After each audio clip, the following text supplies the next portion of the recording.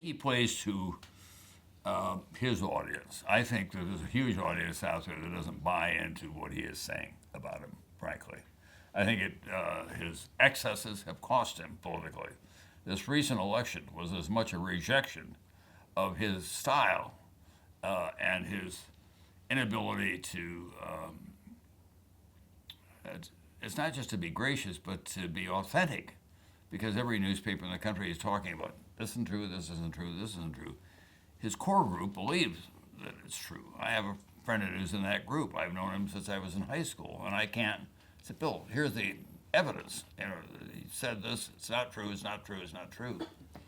But there is a wide body of people in this country who are saying, oh, come on, what's he trying to do? And our job as journalists is to stay cool and not make it personal, but be professional about it and make the case that what he is saying is excessive or inappropriate, but not be afraid to say when he's right as well. Early in his presidency, he went to an Arab summit in the Middle East, and he talked about ISIS and other groups trying to break into the Arab culture. And he said, if they come to you, throw them out. That was a great speech. So I tweeted it was a great speech. I got killed by the left. How dare you say anything nice about him? But the fact is that he should have been encouraged about what he was doing. That was the right thing for him to say at that point. On the other hand, when he says the caravan, the people who are 100 miles away, poor peasants trying to find some sanctuary, are laced with foreign agents and drug dealers and murderers, and we need the army to stop them. You know, what you have to do is be very honest and say there is no evidence of that whatsoever.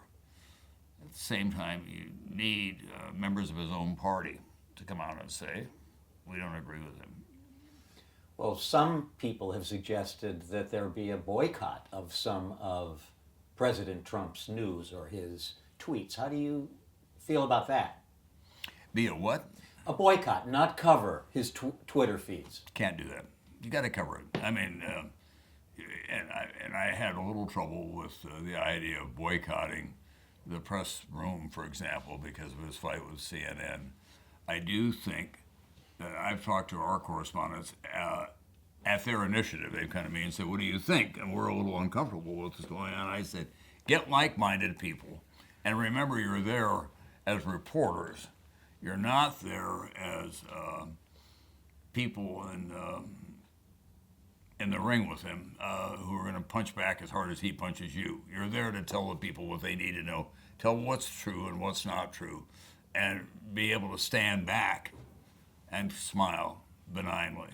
You know, politicians are constantly trying to bait the journalists, and journalists too often take the bait. There's a lot of self-importance in journalism now. You know, people want to be stars, and they think the breakthrough is to do what we've been seeing. That's wrong.